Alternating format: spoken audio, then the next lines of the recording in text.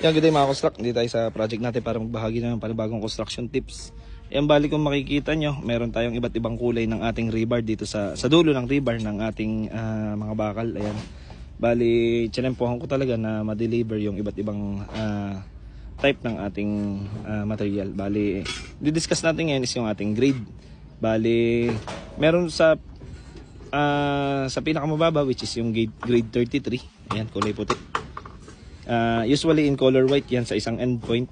Tapos pag may nakita kayo sa kabilang dulo naman is red, gaya nito. Bali, consider as weldable yun. Bali, if ever na puti yan, yan ay grade 33. Meron niyang 230 megapascal sa pagkakatanda ko. Hindi ko kasi naman memorize ano. Ang alam ko lang is yung color coding.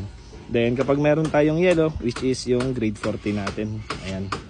Then yung ating green, ayan sa dulo. Bali, yan yung grade 60. Ayan. Pero medyo nagtataka lang ako dahil itong sa deliver nila merong isang kulay blue. So, hindi ako kasi nung familiar. Since ang pinag-aralan ko lang naman is yung as per ASTM at saka DPWH Blue Book. So, hindi ko sure kung para saan itong kulay blue na to. Ayan. So, yun na po muna ang share natin ngayon. This is Engineer Barlan sharing another construction tips. Thank you mga construct.